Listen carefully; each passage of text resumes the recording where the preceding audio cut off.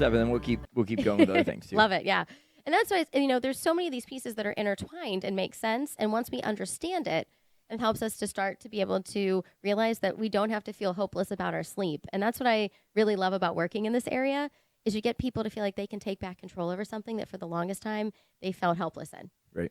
And you start sleeping better. It's amazing how it impacts everything. So we figure out our number. We have our windows. So we said 11 to 5. So now with the stick to it, so that bedtime, that means that at 11 o'clock for you, turn off the lights, getting in bed, head on the pillow. Now, if you wake up 3, 4, 5 times in the middle of the night, if you don't get much sleep, it doesn't matter. You're still going to get out of bed when the alarm goes off at 5 a.m. And yes, you're going to feel tired. And it's okay to expect that. We all have had at least one night in our lives where we didn't sleep well. We got up the next day and we survived. Monday. Exactly. But Every Monday. But the thing is, that's Tuesday. But that's the whole point, right? Right. Is that, and you want to feel tired. Because then if you feel tired, it's going to be easier to fall asleep the next night. Mm-hmm. If you miss lunch, you're more hungry at dinner.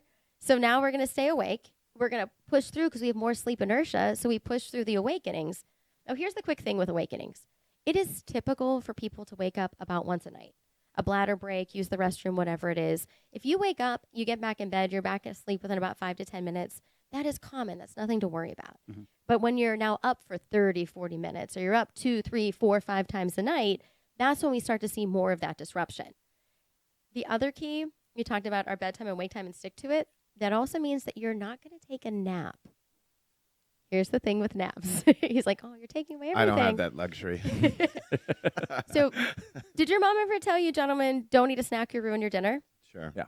So that's where we say don't take a nap, it'll ruin your sleep. Mm-hmm. Because what happens is that we talked about how we need to get to that REM sleep at the end. Well, if I need a full 8 hours, but I take a 2-hour nap and now I only have 6 hours of sleepiness, I'm not getting to the end of that cycle. Mm-hmm. So in general, too, if you take a nap at the same time every day, your body learns that that's when it gets rest. And so it's going to make you feel tired at that time every day because that's where it's getting that rejuvenation. I mean, for those that have the time, though, what are the pros and cons to naps? So typically with a nap, you're not going to be able to get through all of the cycles and get the restorative sleep that you need. A lot of people might nap for about an hour. Well, if we think of the way that the sleep cycles work, about an hour is just enough time to start to get into deep sleep. That's why you wake up from your nap and you feel more tired and more groggy. What about like the 10-minute nap or the 15-minute nap? Or we've all heard those things. Mm-hmm. Power nap. But that's exactly what I was going to say next. So if you're going to take a nap at all, we want it to be a power nap.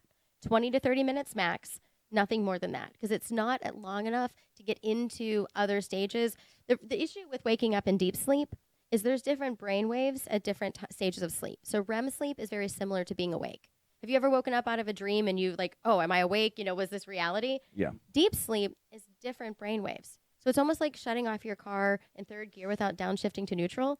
It takes a little bit for your brain to get back to the awake stage. That's why you wake up and feel more tired and groggy.